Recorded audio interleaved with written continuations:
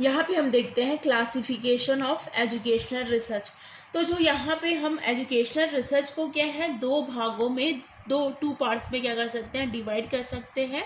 तो जो educational research है उसको टू पार्ट्स में डिवाइड किया गया। यहाँ पे डायग्राम के थ्रू समझ सकते हैं। फर्स्ट पॉइंट है कंट्रीब्यूशन पॉइंट ऑफ व्यू, मतलब क्या है योगदान की दृष्टि से, और सेकंड क्या है शोध आयाम की दृष्टि से रिसर्च अप्रोचेस। तो यहाँ पे क्या है एजुकेशनल रिसर्च को टू पार्ट्स में डिवाइड किया गया है, योगदान की दृष्टि से और यहाँ पे क्या है शोध आयाम की दृष्टि से। अब देखो योगदान की दृष्टि से भी यहाँ पे दो पार्ट्स में डिवाइड किया गया है। योगदान की दृष्टि से हम देखते हैं फर्स्ट है फंडामेंटल रिसर्च, इसको बोलते हैं मौलिक अनुसंधान, और यहाँ पे योगदान की दृष्टि से सेकंड पार्ट डिवाइड किया गया है यहाँ पे क्रियात्मक अनुसंधान, यहाँ पे एक्शन रिसर्च। तो यहाँ पे क्या है योगदान की दृष्टि से टू पार्ट्स में डिवाइड किया गया है एजुकेशनल रिसर्च को। फिर इसके बाद हम देखते हैं शोध आयाम की दृष्टि से भी टू पार्ट्स में डिवाइड किया गया है। फर्स्ट है हमारा अनुदैर्ध्य आयाम लॉन्गिट्यूडनल अप्रोच, और सेकंड है अनुप्रस्थ आयाम। तो यहाँ पे हम देखते हैं कि एजुकेशनल रिसर्च दो भागों में है, योगदान की दृष्टि से और शोध आयाम की दृष्टि से। फिर योगदान की दृष्टि से दो भागों में है, फंडामेंटल रिसर्च और क्या है एक्शन रिसर्च, और शोध आयाम की दृष्टि से भी दो है, लॉन्गिट्यूडनल अप्रोच और क्या है क्रॉस सेक्शनल अप्रोच। अब हम देखते हैं, अब इसका आगे हम डील देखते हैं। तो फर्स्ट हमने देखा, यहाँ पे फर्स्ट हम देखते हैं कंट्रीब्यूशन पार्ट ऑफ व्यू, मतलब कंट्रीब्यूशन की दृष्टि से हम देखते हैं। तो जो कंट्रीब्यूशन की दृष्टि से कितने पार्ट में डिवाइडेड है, डिवाइडेड इनटू टू पार्ट्स में। तो फर्स्ट हम देखते हैं कि मौलिक अनुसंधान या फंडामेंटल रिसर्च क्या होता है। तो जो मौलिक अनुसंधान या फंडामेंटल रिसर्च होता है, इन शोध कार्यों द्वारा क्या है नवीन ज्ञान की क्या की जा सकती है, वृद्धि की जा सकती है। मतलब एजुकेशनल रिसर्च में क्या है हम खोज करेंगे, शिक्षा के क्षेत्र में खोज करेंगे, और नए नए आयाम और नए नए चीज़ें हमें शिक्षा के बारे में पता चलेगी। तो इससे क्या हमारे नवीन ज्ञान की क्या हो जाएगी, वृद्धि हो जाएगी। और इससे क्या होता है शिक्षा के क्षेत्र में नवीन सिद्धांतों का प्रतिपादन होता है, और फिर क्या होता है नवीन तथ्यों की खोज की जाती है, और नवीन सत्यों का क्या हो जाता है प्रतिस्थापन होता है। मौलिक अनुसंधानों से ज्ञान क्षेत्र में वृद्धि की जाती है। इन्हें उद्देश्यों की दृष्टि से तीन वर्गों में बांटा जा सकता है। अब यहाँ पे जो फंडामेंटल रिसर्च है इसमें क्या है नवीन तथ्यों की वृद्धि होगी, नवीन ज्ञान की वृद्धि होगी, नवीन सत्यों का प्रतिपादन होगा।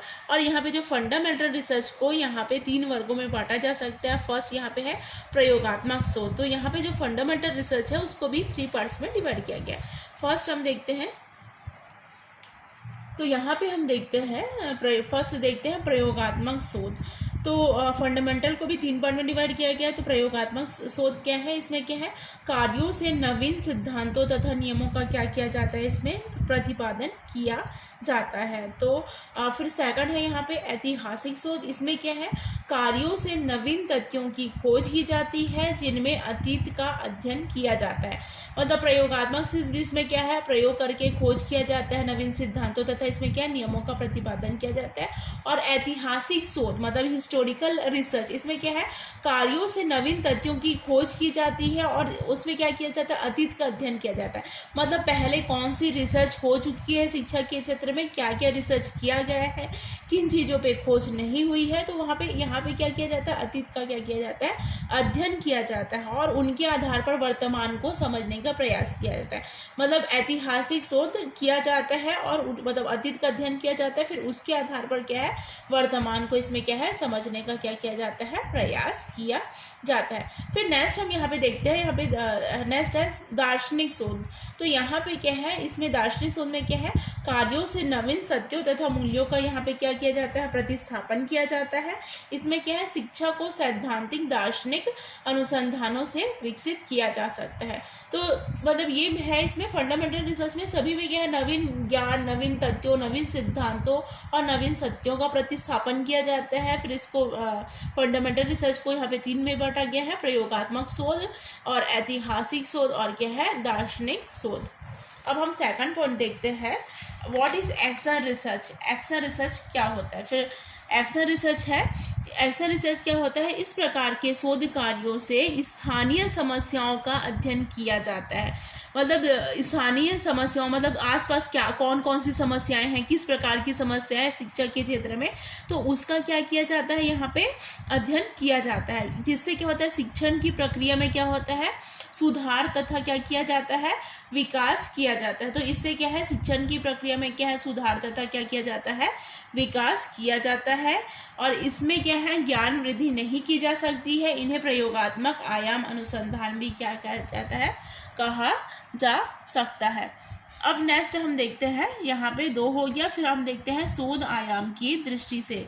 तो शोध आयाम की दृष्टि से रिसर्च अप्रोचेस में भी क्या है, 2 भागों में डिवाइड किया गया था। शोध कार्यों में तथ्यों का अध्ययन करने के लिए 2 आयामों का प्रयोग किया जाता है। फर्स्ट क्या है, अनुदैर्ध्य आयाम या लॉन्गिट्यूडिनल अप्रोच। तो यहाँ पे क्या करते हैं, जो लॉन्गिट्यूडिनल अप्रोच है वह क्या है, यह शब्द वनस्पति विज्ञान से क्या किया जाए, लिया गया है। जब किसी पौधे का अध्ययन बीज बोने से लेकर फल आने तक किया जाता है, तब उसे क्या है, अनुदैर्ध्य आयाम किया जाता है। मतलब यहाँ पे समझ आ रहा है, जब किसी पौधे का अध्ययन मतलब पौधे का अध्ययन बीज बोने से लेकर मतलब शुरुआत से लेकर अंत तक है ना, बीज बोने से लेकर फल आने तक किया जाता है, तब उसे अनुदैर्ध्य आयाम किया जाता है। इसे अनुप्रस्थ आयाम भी क्या कहा जाता है।